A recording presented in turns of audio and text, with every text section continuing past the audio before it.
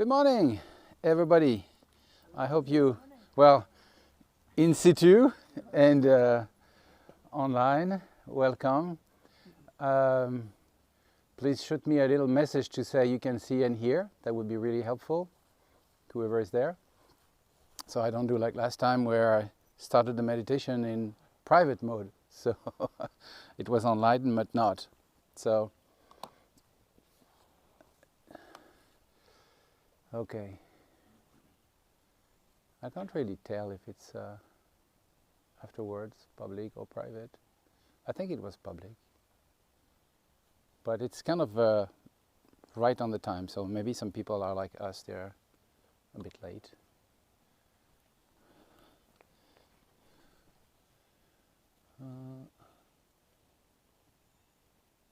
Currently live.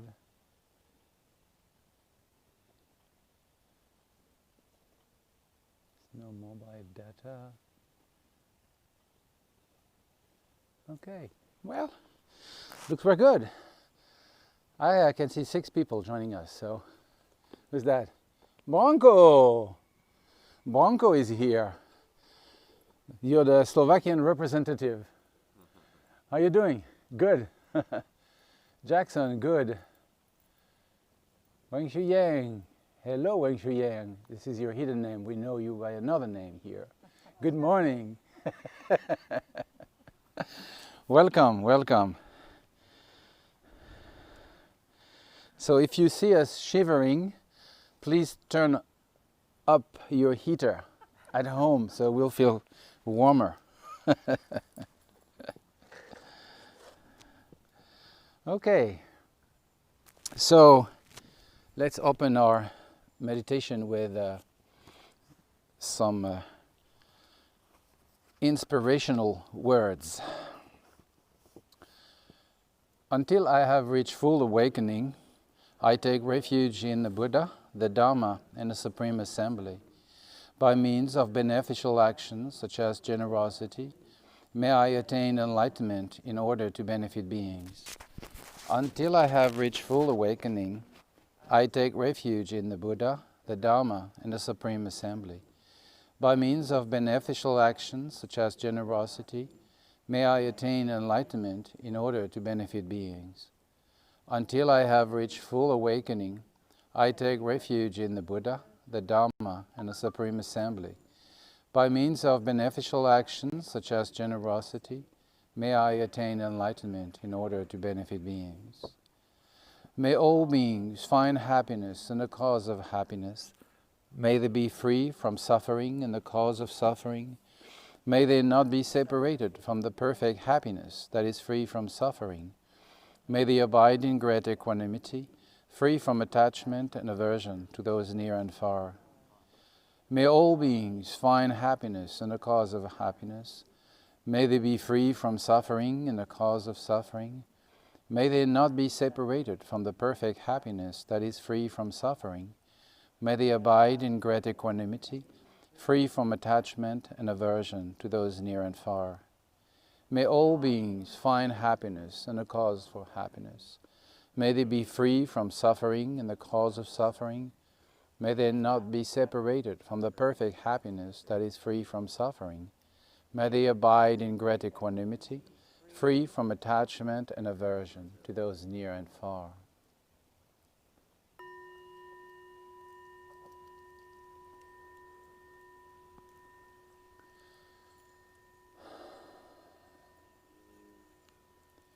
Let us begin by taking a moment to make sure we're sitting here. Whatever we've been busy doing before we arrived here, we let it gently fade away in the past, and whatever projects we may have for the future, we leave them on hold for now. We appreciate the fact that we are alive and we are free, and that we have chosen to be here and enjoy this moment.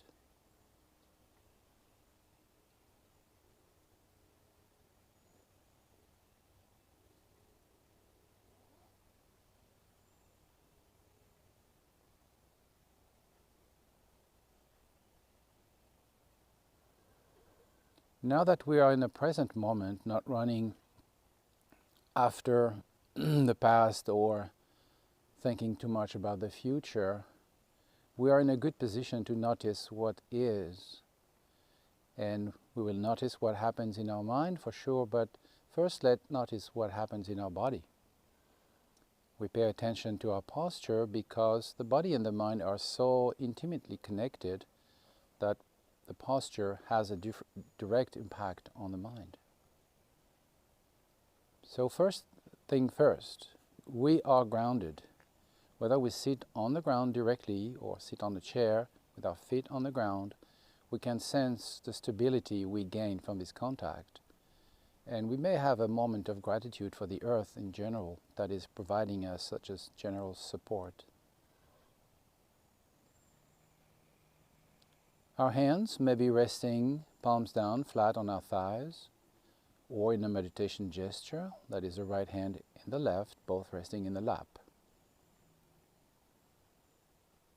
Our spine is straight, but without unnecessary tensions, maybe like one of those trees that surround us. Our shoulders are slightly outstretched. The chin is slightly tucked in, but we make sure the neck remains free. Now the timber frame is settled, the timber frame of our body. As we breathe in and out, deeply and deeply every time, more deeply every time, we come to sense our center of gravity that is somewhat slightly below our navel. So like the meditation instruction manual say, sit like a mountain. That's what we do. Our mouth is relaxed, the teeth, the lips, and the tongue is lightly touching the palate. Our gaze is directed straight ahead, slightly downward, in a soft and open vision of what is in front of us. We may have our eyes half closed, or if we find it more comfortable, we can keep our eyes shut.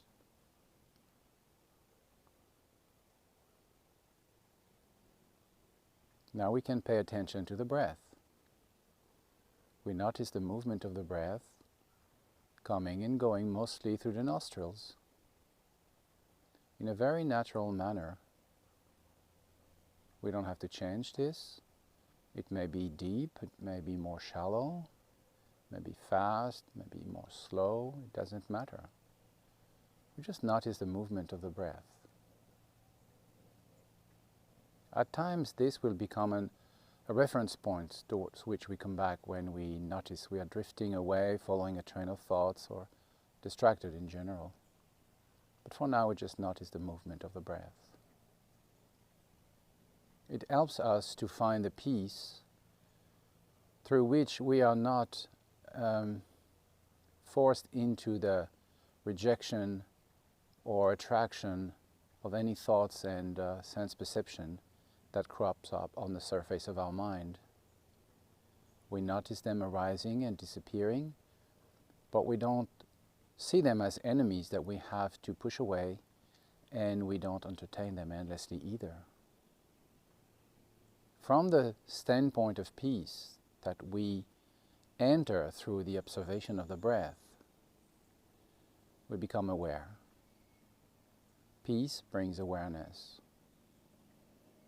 We notice the thought arising, we notice them disappearing, and now and then we will notice that we are carried away.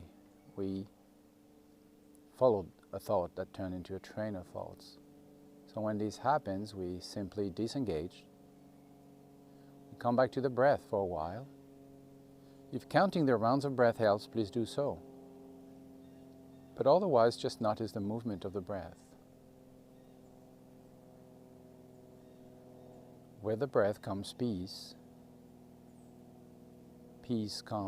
From peace comes awareness. And when your mind opens up and expands to its natural state, just abide there.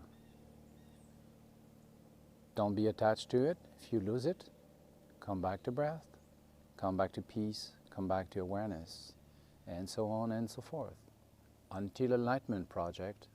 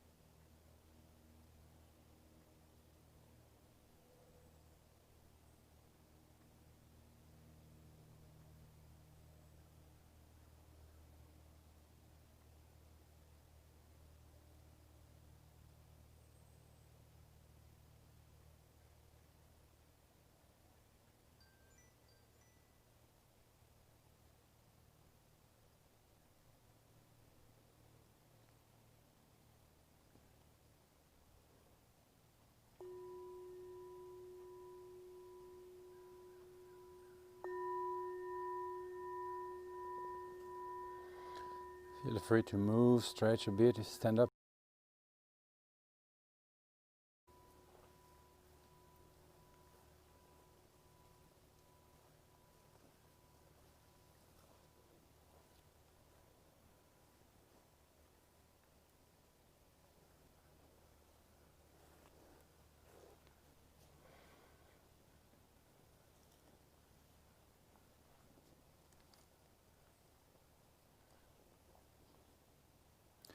I wanted today to say a few words about the fourth line that we recite as an introduction, the fourth line of the four Immeasurables.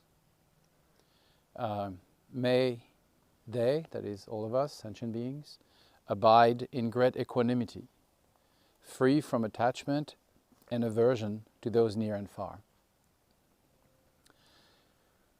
It is the fourth one, but somewhat I see it could also be the first one. We have the wish for happiness for everyone, that's love, the wish for freedom from suffering, that's compassion, the wish for a sustainable state of freedom from any form of suffering, and that is wished for everybody. But I think equanimity goes far beyond just a sort of a fair repartition or a fair sharing of goodies. It's much, much deeper than this. What creates, well, let's begin by trying to figure out what is the opposite of equanimity. It's preferences, partiality, division. And the first division occurs in our mind when we think in terms of a me opposed to a you. The first division is the result of duality.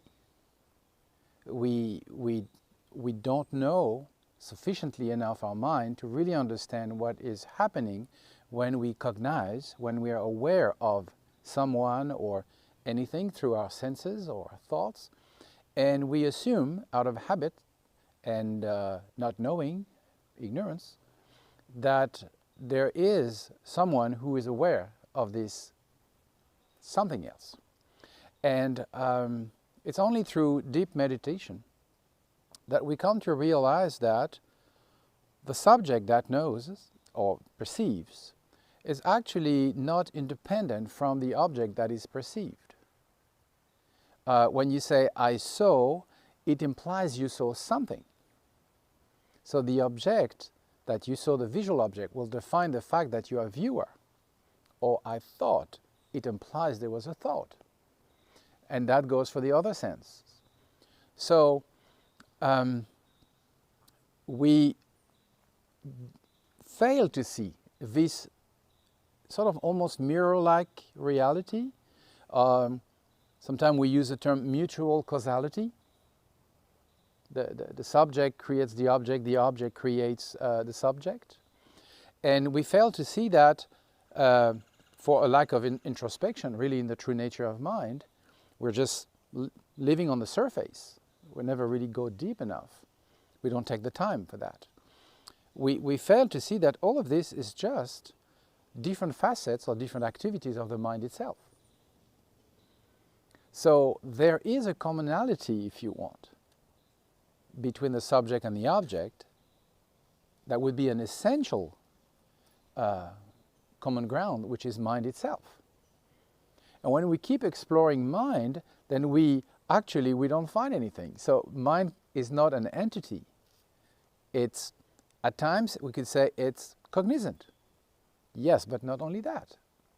And it doesn't entail that it is an entity. At times you say it's very creative.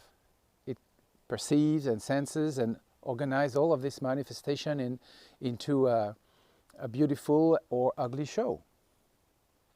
But yeah, that's true, mind is creative, but not just that. Go deeper. Look at the stuff this mind is made of. Not only the wrinkles, the ripples, the shiny surface of mind. Go deeper than the surface. And then you find that actually mind is devoid of any substantial permanent nature. It's not an entity with any substantial reality. It appears as such, but it is not like this. So it's a world of appearance. So when we can poke through the world of appearance to see the world that is beyond appearances, sometimes it's called superfactual, beyond the facts, beyond the way mind is truly versus the way things appear and how they are organized. If we can poke through this, we come to see another reality, another level of reality that we never saw before. And that's the basis for true equanimity. Yes, I appear as me, yes, you appear as you, but this is just relative manifestation and interdependent organizations of causes and effects that appear as such a thing. But as we don't see the underlying reality, we don't see the common ground of emptiness of all phenomena, we only operate at the level of manifestation and appearances. Me versus you. So that's where we lose equanimity. Because when we have this great divide of duality between a subject and an object, then we enter the world of preferences, likes and dislikes. And then we have what we call the mental afflictions. The greed, the attachment, the passion, the jealousy that come from liking something, and then the rejection, the spite, the scorn, the hate, the rejection when we dislike something. But likes and dislikes are really subjective reality. There are things that make me laugh and I'm the only one that laughs. So it means that my jokes are subjectively real. And there are foods that you like and foods that you don't like, When I was in my 20s, I hated ratatouille, really passionately. And a very dear friend of mine who's since then gone, when she saw that I was depressed, she would make me my comfort food, which was a soufflé au fromage. And now sometime, like yesterday with Wendelin, we prepared some I prepped, she cooked. Beautiful ratatouille. And I found myself liking it, actually loving it. And I said, oh, I wish Anush was still alive, because I would call her and says like, you know what? I like it now. So the likes and dislikes of food, for example, is extremely subjective. And then it goes for all the rest. Everything is subjective. When we operate in relative reality, the way things appear, of course, for our actions, we need to have a sense of moral, let's put it like this, use this big word. But we should never lose the view of the underlying reality. This is just a show. But people who are playing at this level suffer from what they believe is reality and are not aware of what the real reality is. So for their sake, as long as they are caught up in their own duality, you have to prefer some actions, some words, some thoughts, because that is going to help them to feel comfortable and maybe have a chance to think beyond what appears in their mind. So that's the moral compass in Buddhism. It is what is helping beings who are trapped in the illusion of duality to find a plateau of solace, comfort, ease, where they can sit and really contemplate reality. So it's helping to find this place of peace, giving a house, giving food, taking care of them when they're sick. That's what we do. But we never fall into the trap of thinking that, all of this is absolutely real. It is just an illusory manifestation, but it doesn't mean that it's not painful, because when you're trapped in the illusion, it is painful because the illusion is felt as real. And then, when there's a joy, there's a pleasure, there's an attachment coming to it. And you can see that the attachment bears in itself, the joy bears the attachment, and the attachment bears the suffering, because everything changes. So you try to help people to enjoy it and let it flow by. So that's education. You help them to think differently.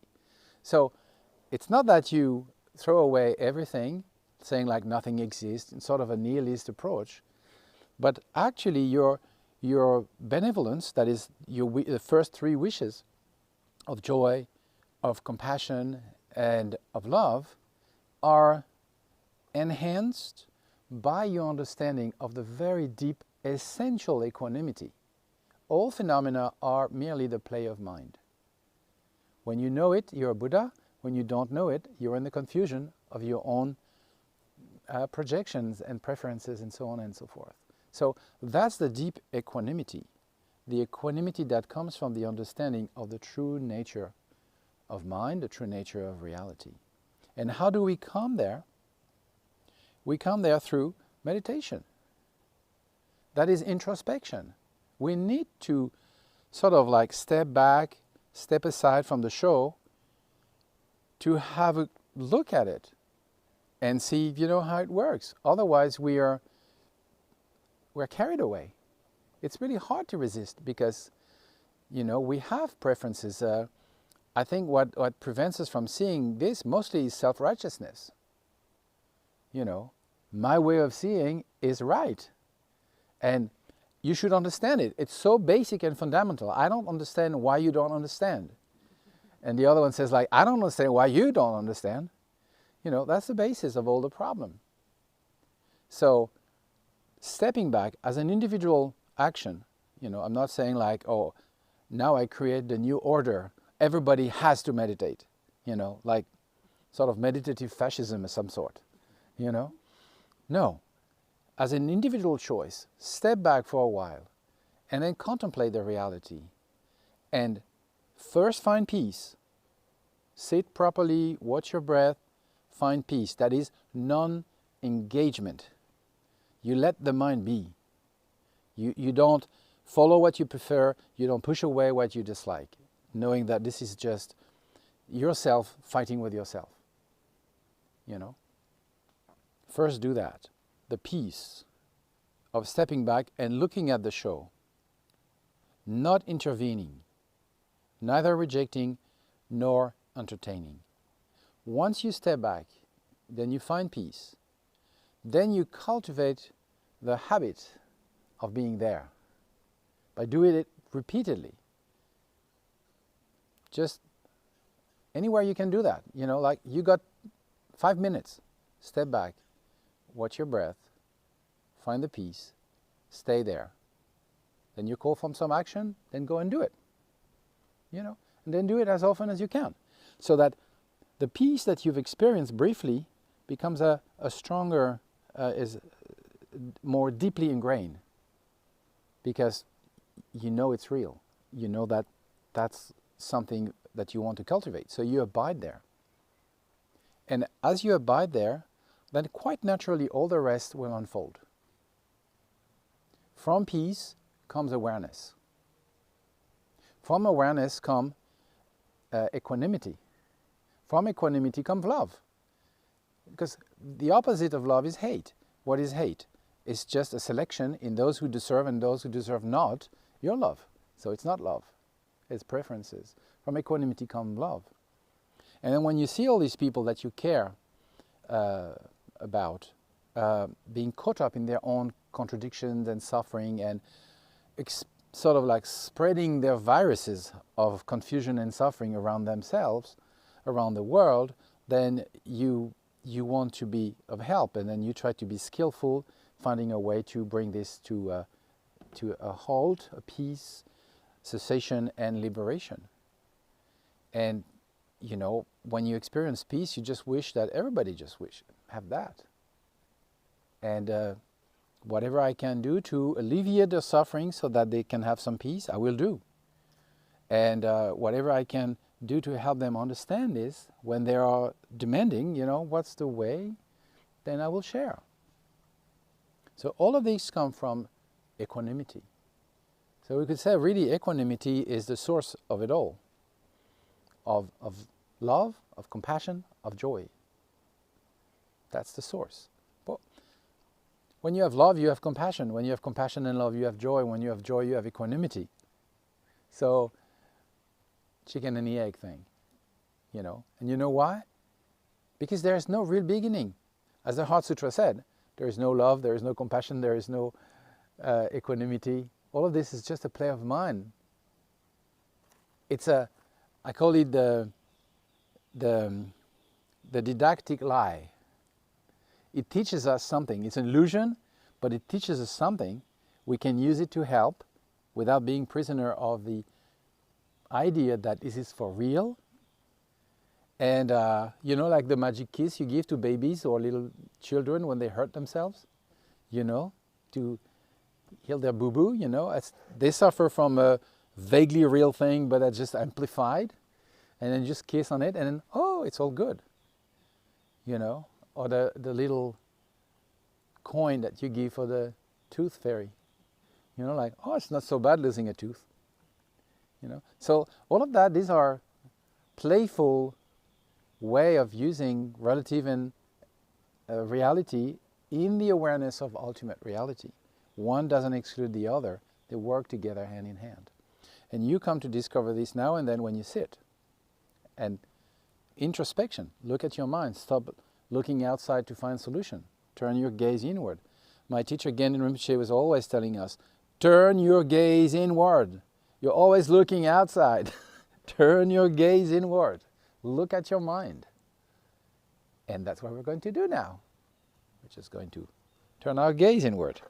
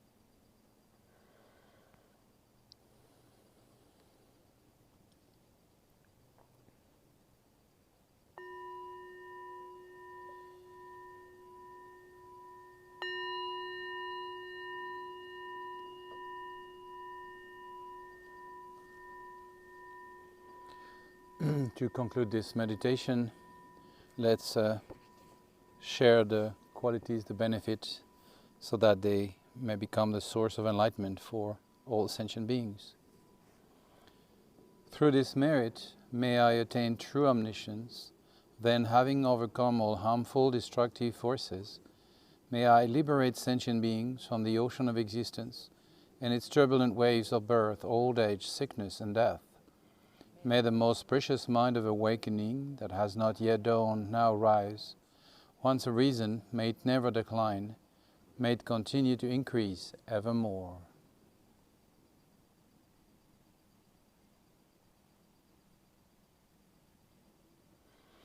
Thank you all very much, in real life and online. Well, why don't you say goodbye to everybody? Oh, hold on. Yes.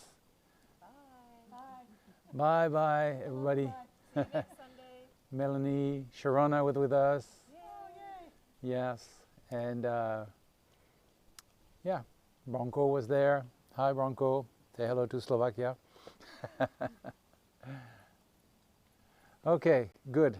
So very likely see you next Sunday, same time, same channel.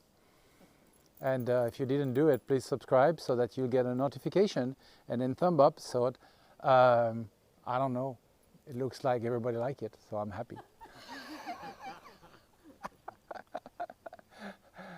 Okay, you all take care. Bye. Au revoir les Français, Olivier. Allez, bonne journée. Salut.